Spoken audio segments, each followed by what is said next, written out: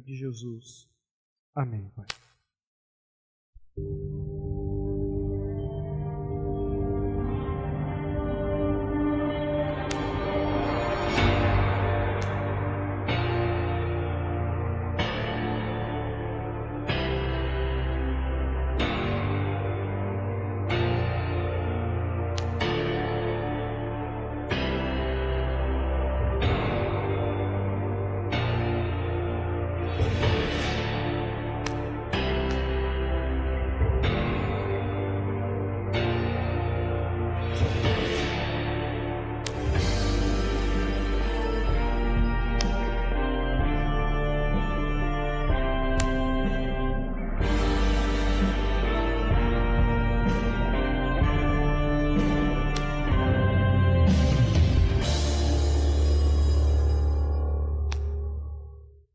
E esse é o nosso tema do mês de fevereiro. Nós estamos conversando sobre isso, a espiritualidade invertida em meio às ações humanas, os atos de Deus. Nós queremos perceber um pouquinho nas nossas atitudes religiosas o quanto isso pode ser ruim para nós e quanto pode nos enganar numa construção de espiritualidade. E propor para vocês que nós sejamos sensíveis àquilo que Deus está fazendo entre nós. O convite dessa série será muito mais confiarmos na graça salvadora, na graça restauradora, na graça transformadora do que confiarmos nas nossas performances, nos nossos afazeres, nas nossas atitudes. Convidar a você a confiar totalmente e exclusivamente nos atos de Deus. Essa série surge porque nos últimos anos nós podemos notar um crescente interesse pelo tema da espiritualidade. Há muitas músicas tratando sobre isso, há muitos filmes, há muitas novelas que falam sobre espiritualidade. Seus amigos devem estar muito atentos a movimentos de espiritualidade. Só que, estranhamente, o cristianismo é colocado à margem dessa construção de espiritualidade. As pessoas estão interessadas numa espiritualidade mais zen, budista. Quando você fala de espiritismo, eles dizem, opa, tem assunto aí sobre espiritualidade. Mas quando você fala, eu sou um cristão,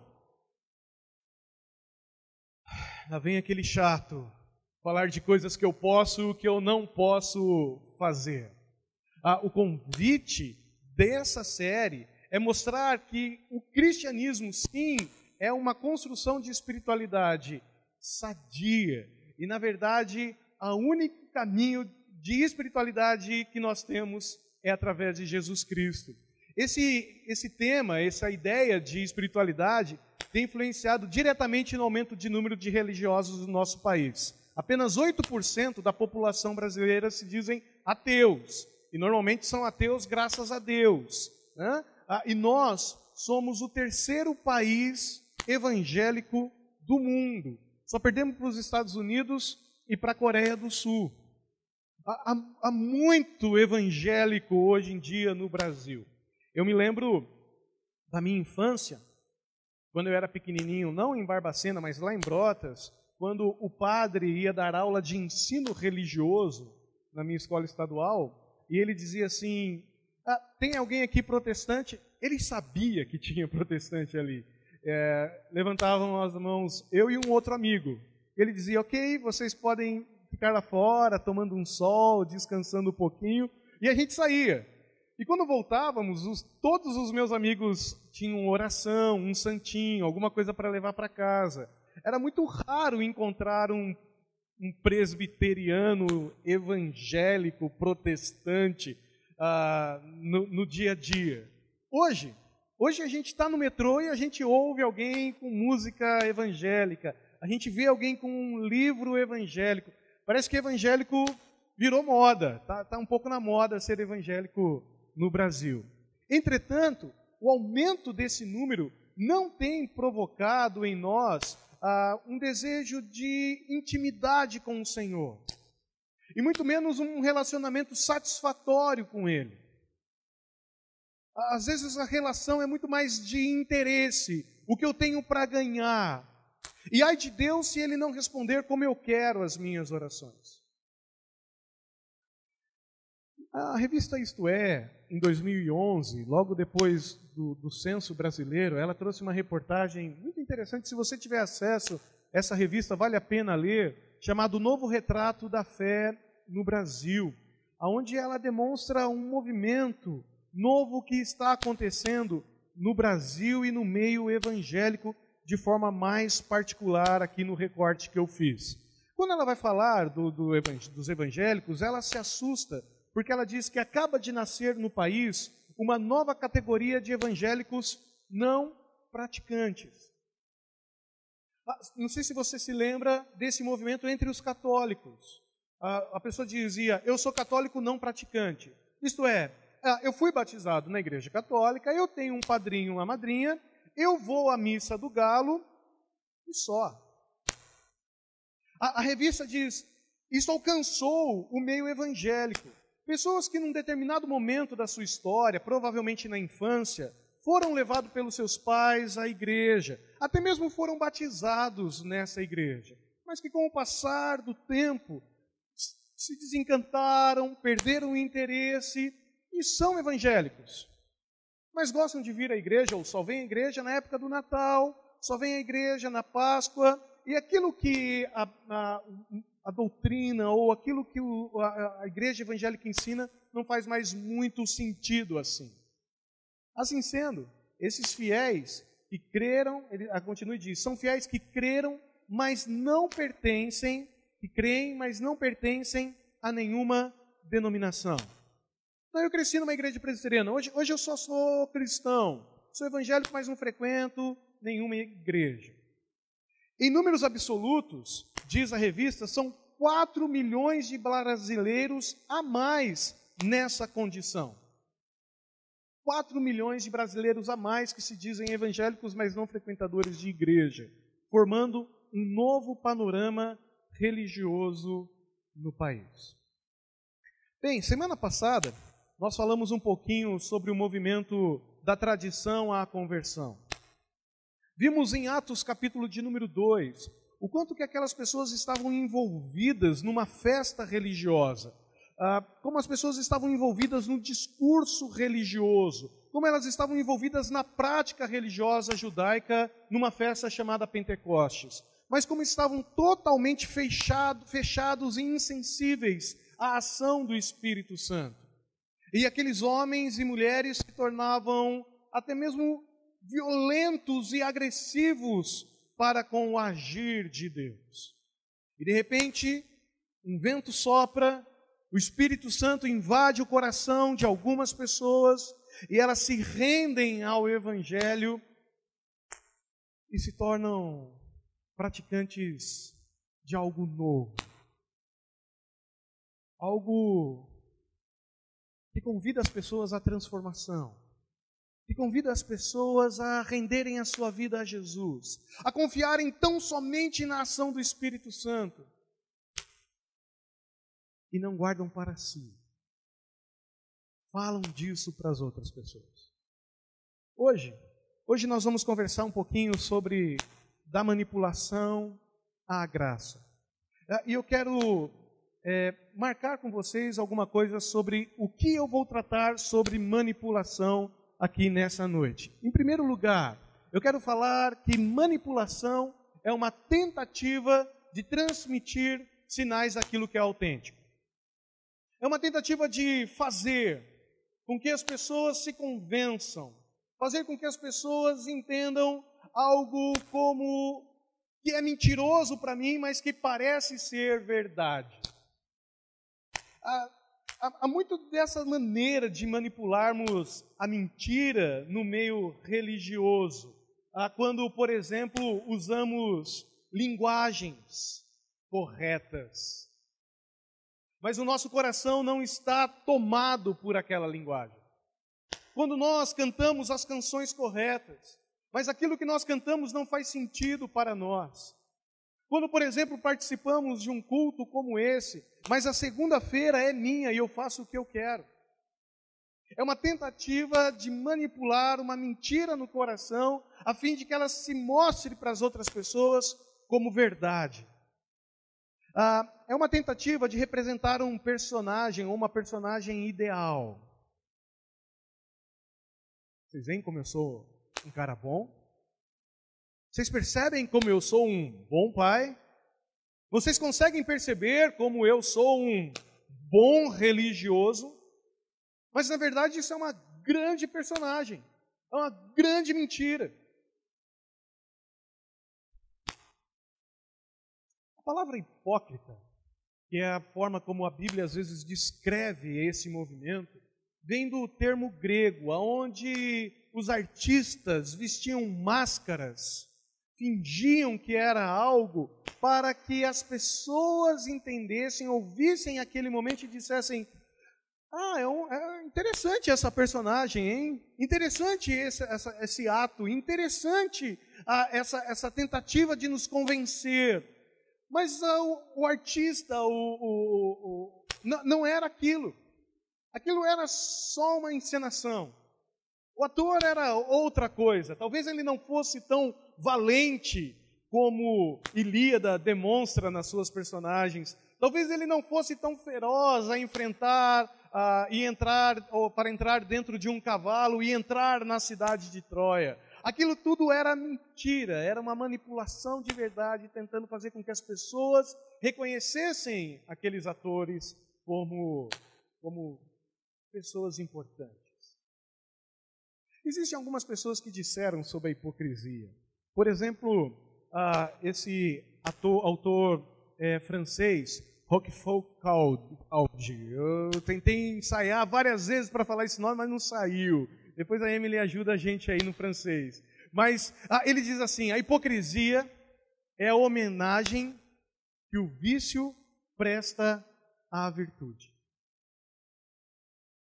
Ele diz o seguinte: a gente quer ser virtuoso e não consegue. Então, como a gente não consegue, vamos prestar uma homenagem fingindo ser algo que a gente não é. Ainda, Tomás de Aquino, um grande teólogo da Idade Média, dizia: a hipocrisia consiste na falta de santidade, combinada a uma simulação de santidade. Ele diz: não é só pecado a hipocrisia, mas é uma tentativa de transformar isso em coisa possível. E ainda, Maquiavel, escrevendo ao príncipe, ele diz assim: príncipe, nada é mais necessário do que a aparência da religiosidade. De modo geral, os homens julgam mais com os olhos do que com o tato. Todos podem ver, mas poucos são capazes de sentir. Todos veem nossa aparência, poucos sentem o que realmente somos. Maquiavel diz ao príncipe: é importante para você se parecer um religioso.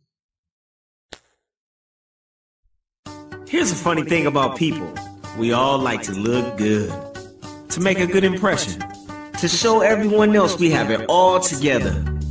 Even though none of us do, the only way to pull this off is to put something else on. And that something is called a mask. A mask can help you get a job. I have over 12 years of consumer electronics experience, playing video games in my parents' basement. It can make you look smarter. Organizational energies to maximize corporation synergy. I have no idea what I'm saying. And more dateable. I can't believe you're single. And I can't believe you're 25. I'm not single. I'm not 25. We use our masks to impress people. 65-inch LED TV. Oh, it was gorgeous. It was like only this thick. I mean, you know, it's expensive and all, but it is the best. So much debt. We use them to fool people. I thought I was going the speed limit, officer. We even use them to protect the feelings of the people we love. That was a beautiful song, sweetie. I'm pretty sure you're tone deaf. I think I'm just gonna walk to school today. So I'm kind of embarrassed to be seen with you. He sounds like a great guy. What are you thinking? You do not look fat in those jeans. So that's why they call it a muffin top. We all wear masks from time to time, but the craziest place we put them on is in church. Hello, brother. Amen. Greetings to you on this day that the Lord has made. Something about it makes us want to look our best, I'm fine. sound our best, He hath blessedeth me so verily. and make like everything is perfect. Things are great. But behind every perfect mask is a perfectly messed up life. People with hearts that are empty, confused, addicted, hopeless, helpless, and hurting. People who think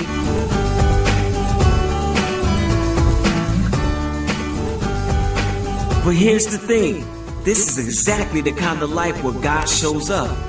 Messes are his specialty. The one thing God can't work with is a mask. So around here, we have a saying. It's okay To not be okay. Nobody's perfect. But grace is available. We believe God doesn't love us if or because. He loves us anyway. We all like to look good to others. We like to make a good impression. But when it comes to God, the best impression you can make is to just be you.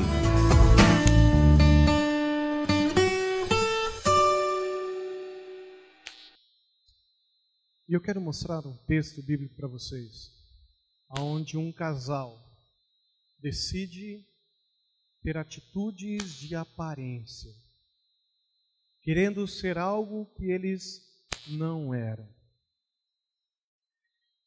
Atos, capítulo de número 5. E se tem um texto altamente complicado na Bíblia, é Atos, capítulo de número 5. Ele é tão complicado que alguns autores dizem que provavelmente esse texto foi uma parábola, que não é possível Deus fazer o que ele fez aqui nesse texto. Mas eu creio que esse texto é verdade, é história.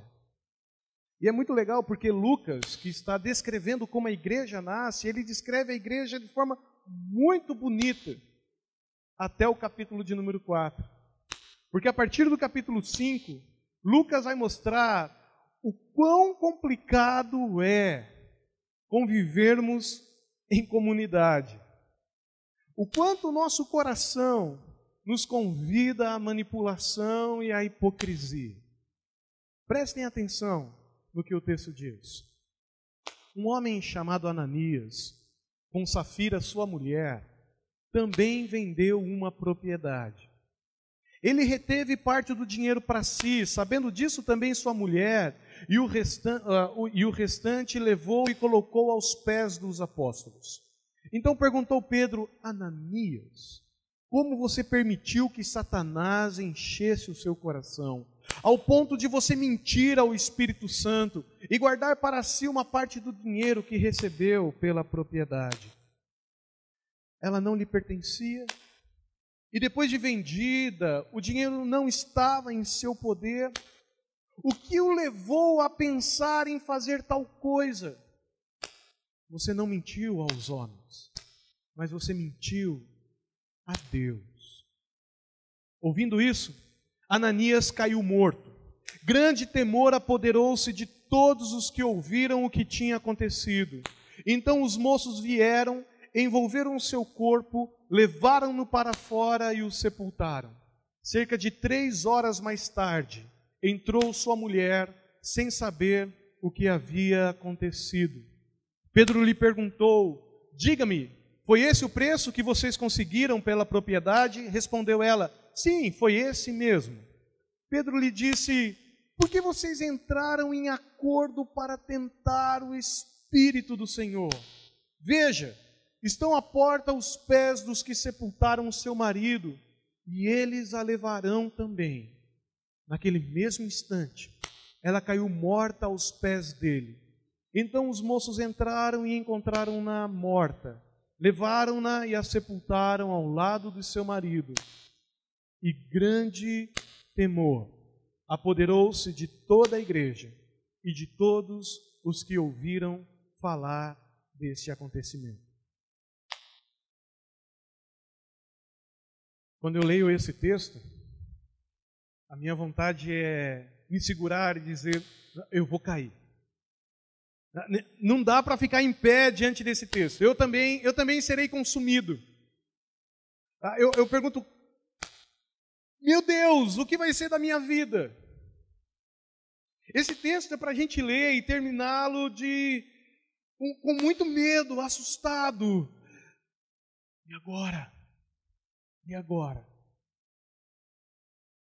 Diante desse texto, eu quero levantar alguns apontamentos para mim e para você, diante, às vezes, da nossa hipocrisia, da nossa tentativa de manipularmos a nossa espiritualidade.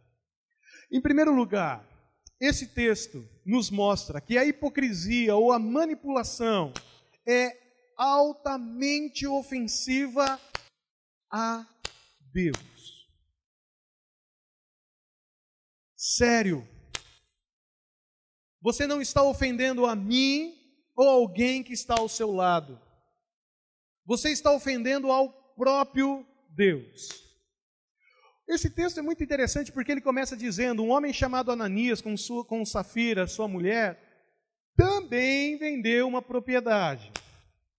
Se você ler só este capítulo e só esse versículo, precisa surgir uma pergunta no seu coração. Também o quê? O que está acontecendo no contexto da igreja para que Ananias e Safira repita essa prática? Bem, na igreja primitiva, ou na igreja de Atos, nos primeiros capítulos, há uma experiência marcante na vida da igreja. O capítulo 4, versículo de número 32, começa a descrever uma experiência que a igreja estava tendo. Da multidão dos que creram, os primeiros cristãos, uma era a mente e um o coração. Ninguém considerava unicamente sua coisa alguma que possuísse, mas compartilhavam tudo o que tinham. O mover do Espírito foi tão grande naquela igreja, naquele momento, que as pessoas diziam, não é possível eu ter alguém necessitado junto comigo. Eu preciso estar atento à dor do meu próximo. E quando eles percebiam que havia alguém pobre, eles tiravam o dinheiro e davam, e entregavam. E faziam isso de coração, dizendo, não, a minha propriedade não é minha. Quando havia alguém com alguma dificuldade espiritual, essas pessoas estavam atentas umas às outras e diziam, eu preciso socorrer, eu preciso ajudar. Deus tem me dado coisas para que eu possa abençoar a vida das outras pessoas. Um soprar incrível, um mover incrível do Espírito. E dentro desses cristãos havia um homem chamado José. Simplesmente José. E esse homem tinha uma casa. E um dia o Espírito moveu no coração dele, ele vendeu aquela casa, pegou todo o dinheiro que a casa deu a ele, e ele levou aos pés dos apóstolos e disse, toma, empregue esse dinheiro para ajudar os necessitados, empregue esse dinheiro na missão, empregue esse dinheiro no reino de Deus, não é minha mais essa casa, esse dinheiro não é meu, eu entrego para que vocês o utilizem no reino. Esse homem José ficou tão famoso no meio da comunidade que ele recebeu um apelido. O apelido era Barnabé, que significa o Consolador. É incrível o agir de Barnabé, a tal ponto que as pessoas não se lembram mais do nome dele. As pessoas só se lembram do seu apelido.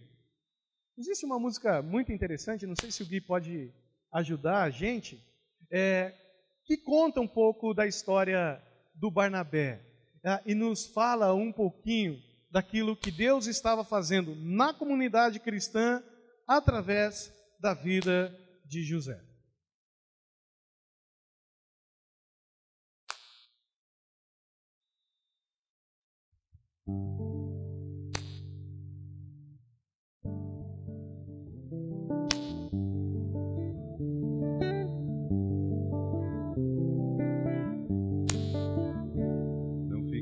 bem a gente passar bem o outro carestia. Ainda mais quando se sabe o que fazer e não se faz.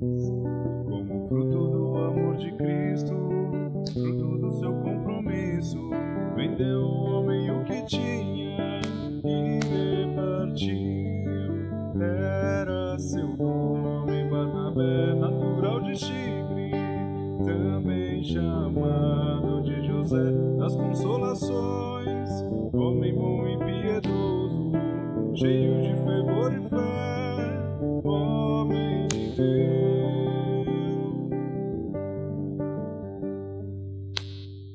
Esse era o José, um homem tomado pelo Espírito, cheio de temor e fé, o apelido de Consolador. Contudo, não existia qualquer orientação ou imposição por parte dos apóstolos de que a totalidade do valor da venda de qualquer propriedade deveria ser ofertada na comunidade cristã. Sim, você não vai encontrar nenhum sermão de Pedro dizendo, a partir de agora, quem vender uma casa deverá entregar aqui aos nossos pés para que nós possamos empregar esse dinheiro no reino. Não!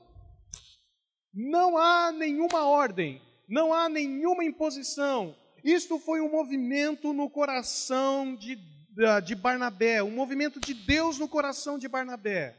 Foi um agir do Espírito exclusivamente no coração de Barnabé. Isso precisa ficar muito claro.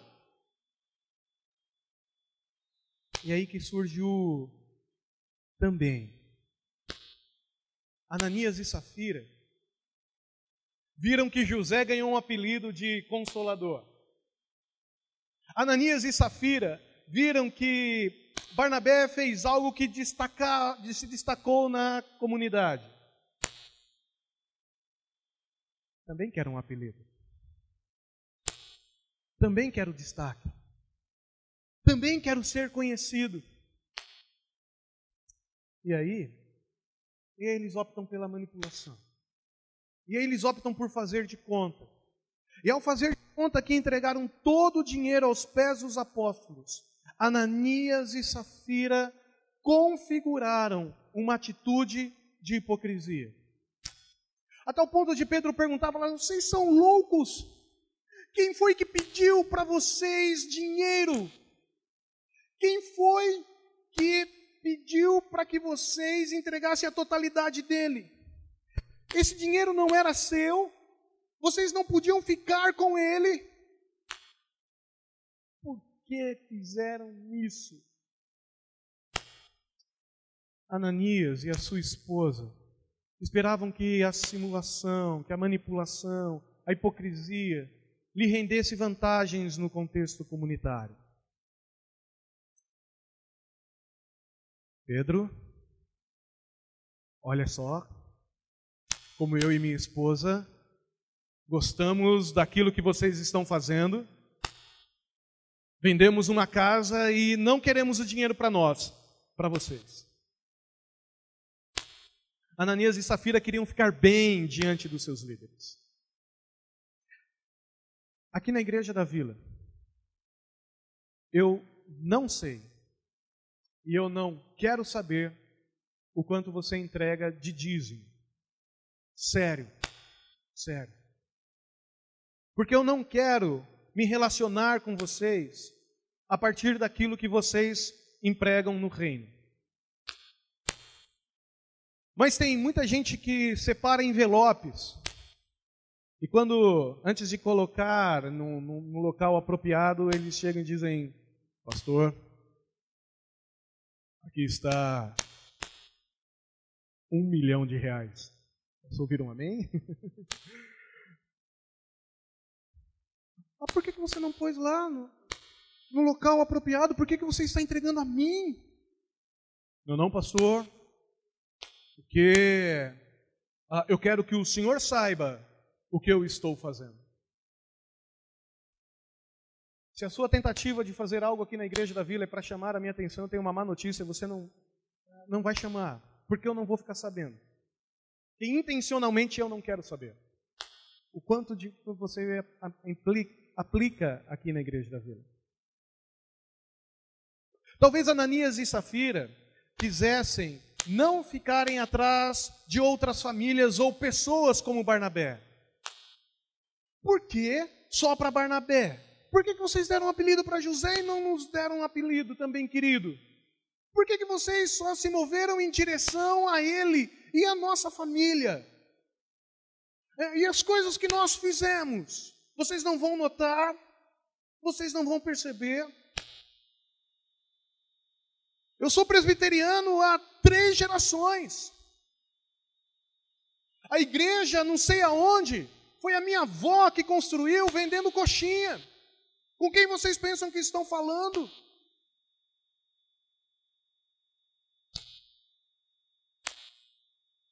Talvez Ananias e Safira quisessem ser admirados pela comunidade.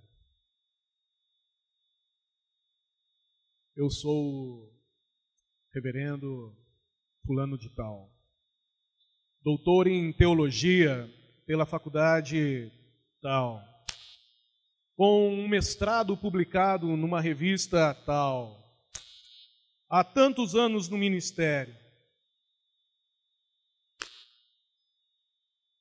Mas trata a mulher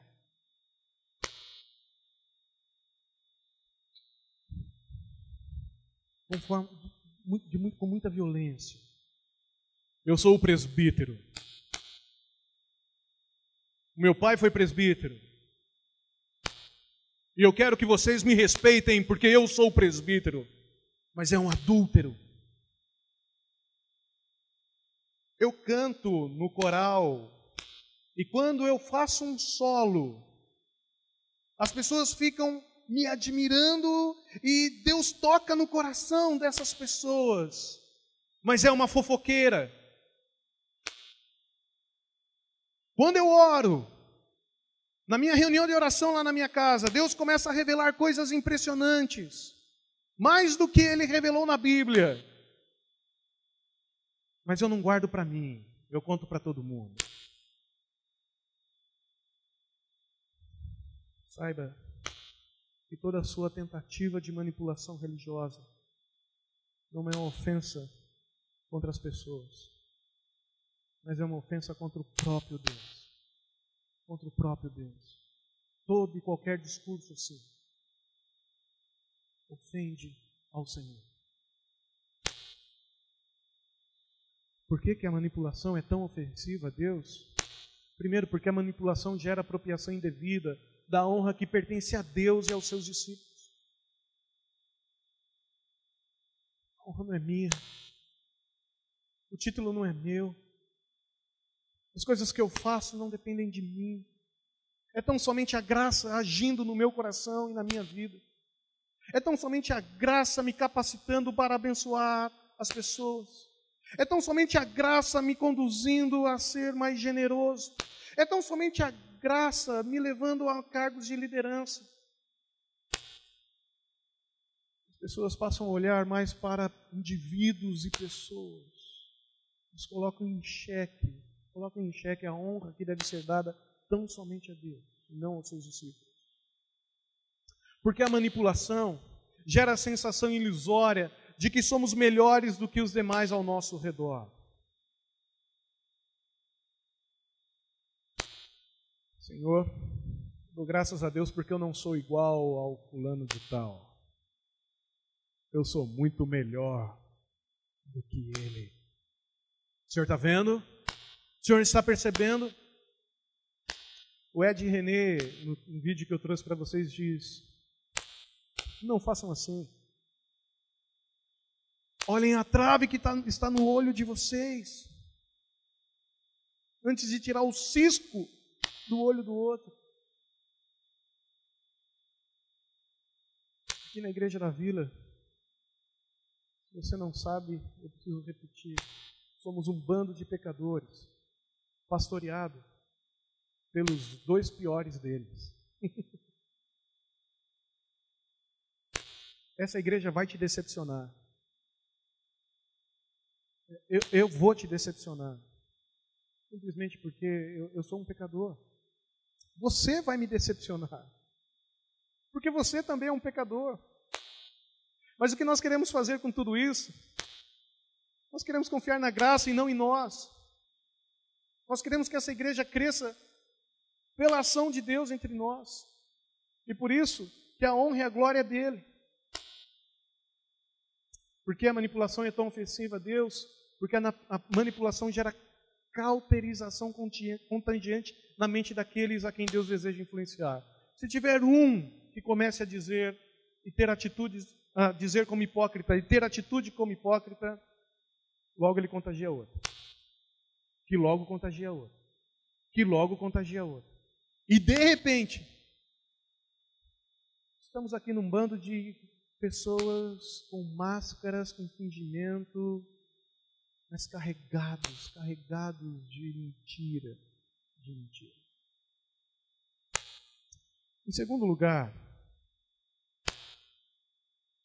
a manipulação precisa, e eu queria que você prestasse atenção nisso, graciosamente ser corrigida por Deus. Ela é graciosamente corrigida por Deus. É graça de Deus nos corrigindo na nossa mentira e hipocrisia. E deixa eu ler um texto altamente gracioso. Então perguntou Pedro a Ananias: como você permitiu que Satanás enchesse o seu coração, a ponto de você mentir ao Espírito Santo e guardar para si uma parte do dinheiro que recebeu pela propriedade? Ele não lhe pertencia, e depois de vendido o dinheiro não estava ao seu poder. O que o levou a pensar a fazer tal coisa? Você não mentiu aos homens, mas você mentiu a Deus. Parece um texto gracioso para você? Alguém dando uma bronca tão veemente? Ele é gracioso, porque Deus precisa corrigir essas nossas atitudes hipócritas. Porque o nosso coração nos conduz a isso. E ele diz: não, Alexandre, não vá por isso. Eu preciso te corrigir. E a primeira atitude de correção é alguém vir e... Alexandre, não. Cara, não caminhe por aí. Vai ser perigoso. A primeira etapa da correção é o confronto. E há duas frases muito fortes que Pedro usa contra Ananias. Por que você permitiu que Satanás dominasse o seu coração? Cara, onde você estava? Por que você se distanciou tanto a ponto de permitir que o mal lhe fizesse alguma coisa? E a segunda parte é: você não mentiu para mim. Você não mentiu para a igreja, você não mentiu para instituição nenhuma, mas você mentiu ao Espírito. Você mentiu a Deus. E sabe o que é pior dessa história? É que não dá para mentir para Deus. Porque dá para mentir para mim. Mas Deus conhece o nosso coração. Deus sabe das coisas que passam no nosso coração. Eu estava em Campinas e era seminarista e fui na casa de um casal puritano, muito querido, com 2 filhos adolescentes. E no momento eu pedi para ir no banheiro, e quando eu fui ao banheiro tinha uma frase sensacional, um versículo sensacional no banheiro. Os olhos do Senhor estão em todos os lugares. Ah, entendi, 2 adolescentes, entendi porque está aqui esse texto. Ok. Mas e o meu coração dominado pelo mal? E o meu coração dominado pelo pecado? Não dá para mentir para Deus. Os olhos dele estão em todos os lugares mesmo.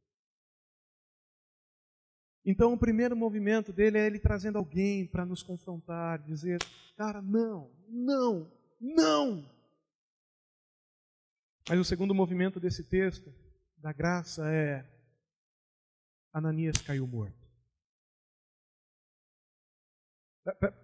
Graça.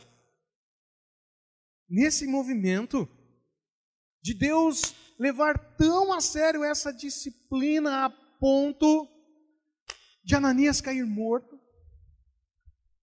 Só um pouquinho, antes da gente entrar nessa ideia, Eu sei que às vezes falar de correção começa a acender luz vermelha e dizer: Deus não ama se Ele está corrigindo. Não é possível Deus amar alguém e corrigir esse alguém. Porque se eu tenho dificuldade de dar bronca no meu filho, imagina um homem barbado, já velho, casado. Que negócio é esse de me dar bronca? Que negócio é esse de me corrigir?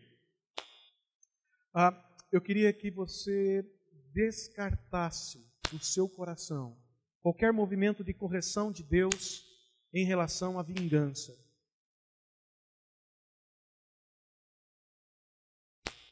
Para de pensar que Deus está vingando as atitudes erradas dos seus filhos. Deus está corrigindo aos seus filhos. É por isso que o Salmo de número 94, versículo 12 diz: como é feliz o homem a quem Deus disciplina, aquele a quem o Senhor ensina a sua lei. O cara é muito feliz se ele toma um puxão de Deus. Sabe por quê? Porque Deus não desistiu de você. E se Ele não puxou a sua orelha, talvez você precise ficar preocupado.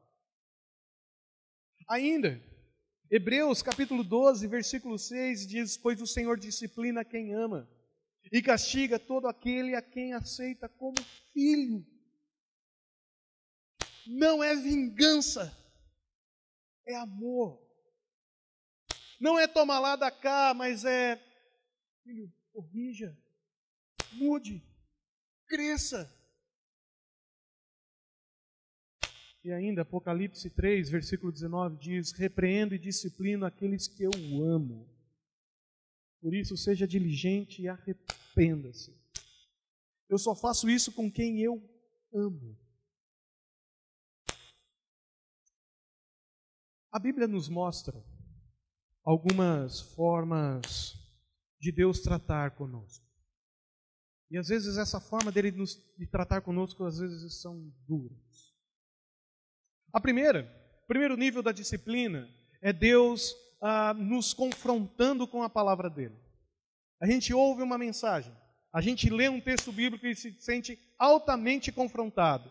Eu disse para vocês que Atos capítulo 5 é um texto que me confronta constantemente. Vamos parar de hipocrisia, vamos parar de tentar manipular, vamos tentar parar de mentir. É um texto que me confronta. É um texto que a gente devia ler e dizer: uau, eu preciso mudar. Não posso ter as minhas atitudes religiosas de qualquer maneira. Esse é o primeiro passo da disciplina. E não é fácil passar por ela. O segundo passo é quando Deus nos confronta publicamente através de outra pessoa. E aí eu tenho conversas muito bacanas com o Jones durante a semana pelo Skype. E como Deus corrige as minhas posturas, às vezes, através dessas conversas. É gente chegando com total liberdade, com autoridade e com carinho, dizendo: Alexandre, muda. Pessoas que Deus coloca intencionalmente na nossa história, que nos ajuda na nossa caminhada cristã. O terceiro nível da disciplina de Deus é quando nós somos confrontados pelas nossas lutas e enfermidades. Para tudo. Nem toda luta e nem toda enfermidade é ação de Deus nas nossas vidas nos confrontando. Antes de levantar o dedo e dizer: o fulano de tal está passando por isso por causa de um pecado oculto, para. Agora, existem lutas que nós passamos, que são ações de Deus dizendo: não dá mais. Precisa mudar. Precisa melhorar. A gente precisa ter sensibilidade para perceber quando Deus está agindo, nos corrigindo dessa maneira. E o último nível da disciplina é o confronto com a própria morte. Mas, Alexandre, esse negócio de morte é complicado. Eu sei que é mesmo. Mas nada nos separa do amor de Deus. Romanos capítulo de número 8. Nem mesmo a morte. Numa leitura rápida, a gente pensa que Ananias e Safira perderam a eternidade, perderam a chance da sua salvação. O problema é que a salvação de Ananias e Safira não está baseada no que eles fizeram ou deixaram de fazer. A salvação deles está na ação de Cristo Jesus na cruz. Ponto final. Às vezes Deus chama os seus filhos, dizendo: é melhor você vir para perto. Já tem muito pecado. Não dá mais. Não dá mais. Vem para perto de mim. Entendem por que a correção de Deus é graça? É a ideia de um Deus que não desiste da gente. É um Deus que se importa com as nossas vidas. É um Deus que quer nos fazer pessoas melhores, não através do teatro, não através da nossa performance, mas tão somente pela ação do Espírito no nosso coração e nas nossas vidas. E por isso eu encerro dizendo que a mentira, a hipocrisia, a manipulação é subjugada pelo temor a Deus. O que acontece naquela igreja é que grande temor apoderou-se de todos eles. Todas as pessoas que ouviram esse acontecimento disseram: uau, a gente não pode brincar com isso. É muito sério, é muito sério. Quando o assunto é temor a Deus, há algumas compreensões equivocadas. Por exemplo, medo. Ah, quer dizer então que eu tenho medo de Deus? Eu preciso morrendo de medo de Deus porque Ele vai criar armadilhas para me pegar na esquina? Isto não é temor. Isto é medo. E tem aquela antiga fala, né? Tem medo, mas não tem vergonha. A gente tem medo, mas continua fazendo. A gente tem medo, mas continua no erro. Isso não é temor. Temor também não é estética. Porque no culto, a gente precisa vir de terno e gravata. Porque se não houver púlpito aqui, esteticamente muito bonito, escrito em latim, com a sarça ardente colocada, Deus não vai aceitar a nossa adoração. E se você ficar em pé na hora errada do culto, ai de você. Isto não é temor. Isso é estética.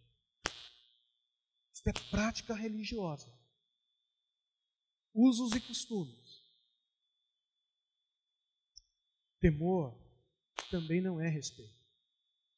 Porque alguém pode dizer: eu respeito a Deus, mas quem vai tomar as decisões a respeito da vida afetiva sou eu. Eu respeito a Deus, mas como eu faço os meus negócios, eu que decido.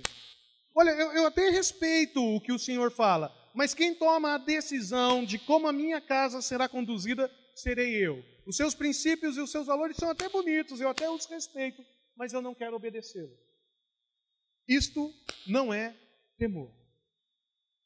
O temor a Deus diz a respeito de uma reverência do coração, de que Ele é o único Senhor da minha vida. E Ele é absoluto em tudo aquilo que eu vou fazer. Se Ele pede para eu fazer algo, eu não vou dizer: eu faço o que eu quero. Não, eu vou fazer porque Ele é absoluto. Aqui na Igreja da Vila, a gente começou o trabalho dizendo que gostaríamos de ser uma igreja mais simples. Que gostaríamos que os nossos trabalhos fossem mais simples. Mas isso não significa que a gente não tem temor a Deus. Eu não estou de terno e gravata e nem atrás de um púlpito. Mas eu não quero que o seu coração seja conduzido, quando nós nos reunimos aqui, de qualquer maneira. Eu quero que o seu coração seja conduzido a um temor. Deus está presente. Ele é Senhor. Ele é absoluto. Ele é o único da minha vida.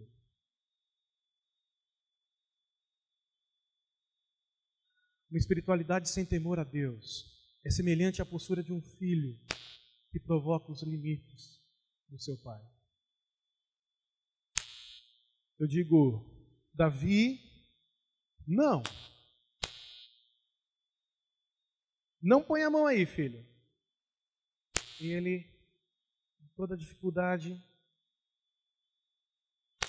filho, não. Filho, não. Filho, eu estou dizendo não. Ele vai e põe. Testando o limite. Mas só um pouquinho. Mais um passo. É mais um mover. O que tem? Um coração sem reverência. Um coração sem temor. Provoca constantemente os limites de Deus. Queria convidar você a uma atitude mais reverente para com o Senhor. Uma atitude reverente para com Deus. Não somente através de estética, não por medo, muito menos por respeito, mas porque Ele é Senhor da sua vida. Esteja atento às inúmeras tentativas de Satanás em convencê-lo de que seu pecado é insignificante. Não é tão grave assim. Não pode ser tão sério assim. Você não está ofendendo a mim em primeiro lugar. Você está ofendendo a Deus. Mas espera um pouquinho, vamos pensar. Esse livro foi escrito há 2000 anos atrás, no mínimo. Assim, mudou um pouquinho, né? Não mudou. Não mudou. Não permita que Satanás convença o seu coração de que o pecado é uma coisa simples. O pecado é uma coisa pequena. Ele é sério. Ele é grave. Ele ofende o seu Deus. Resista à tentação de reduzir o pecado da manipulação a um pecado apenas contra os homens. É a Deus. E dedique a Deus tudo quanto tiver proposto em seu coração, com o único propósito de fazê-lo sorrir. Eu quero que a minha vida traga um grande sorriso a Deus. Estava na conferência de plantação de igrejas o ano passado, e o pastor Ronaldo Lidório, se você não conhece, vale a pena conhecer, estava pregando. E ele dizendo o seguinte, que um grande violinista apresentou uma peça linda, a ponto das pessoas serem tomadas por aquela apresentação e não se conterem e ficarem em pé e baterem muitas palmas e deixando encantado com aquilo e ele muito feliz com aquela reação das pessoas, até que ele olha um homem sentado, emburrado, de cara feia. E ele sai do palco triste, muito triste. E o produtor do espetáculo chega a ele e diz, rapaz, você está louco? Volta, agradece a multidão, agradece as pessoas, você fez um espetáculo lindo. Todas as pessoas te aplaudiram, todas não. Havia um homem sentado emburrado, na primeira fila. Sim, mas o que tem ele? Ele é meu professor de violino.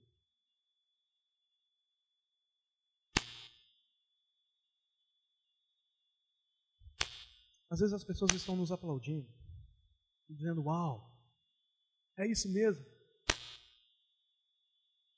Mas Deus está muito triste. Mas o contrário é verdade. Às vezes as pessoas não estão nos aplaudindo, mas Deus está em pé, sozinho, batendo palmas, dizendo, olha o meu filho, olha o meu filho. Traga um grande sorriso a Deus nas suas atitudes. Isso é reverência a Ele. Eu temo, eu quero fazê-lo sorrir. Encerro deixando 3 desafios para nós. O primeiro, se você deseja cultivar uma espiritualidade sadia, não se constrange em conversar abertamente com Deus acerca das suas incoerências e das suas imperfeições. Quando você ora, está ok não estar ok. Diga ao Senhor. Diga ao Senhor das suas falhas. Ou você acha que Ele não sabe? Ou você acha que Ele não conhece o seu coração? Ou você vai continuar tentando mentir e ser aceito por Deus pela sua performance? Diga: Deus, não estou bem. Se você deseja cultivar uma espiritualidade sadia, não resista às disciplinas de Deus. Antes, reconheça nelas o movimento de Deus a fim de trazê-lo de volta a Ele. Não resista. Não resista. Antes, esteja atento: Deus, o que o Senhor quer de mim, o que precisa mudar, o que precisa melhorar. É muito legal quando a gente fala de hipocrisia, mentira, de manipulação, porque às vezes a gente começa a pensar: ah, se o fulano de tal tivesse aqui, não é verdade?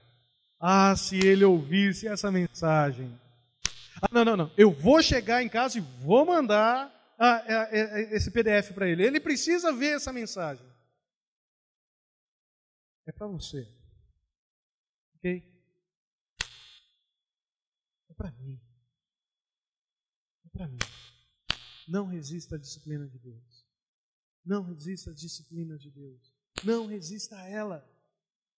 Antes, permita-o se mover e te corrigir.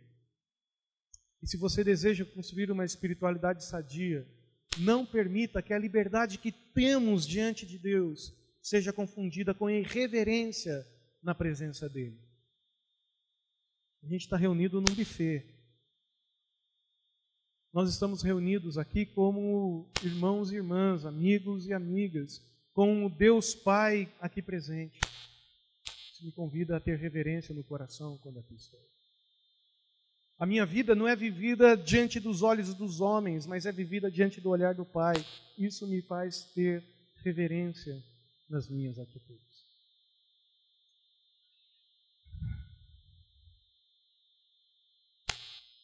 Se tem uma coisa que eu gosto no ministério, no meu trabalho pastoral, é pregar.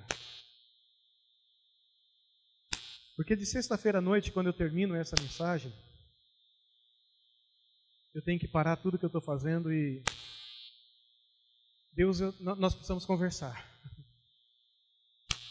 Deus, eu preciso contar algumas coisas para o Senhor. Mas eu gosto de pregar porque agora é a vez de vocês. É a vez de vocês. Então a gente fechar os nossos olhos.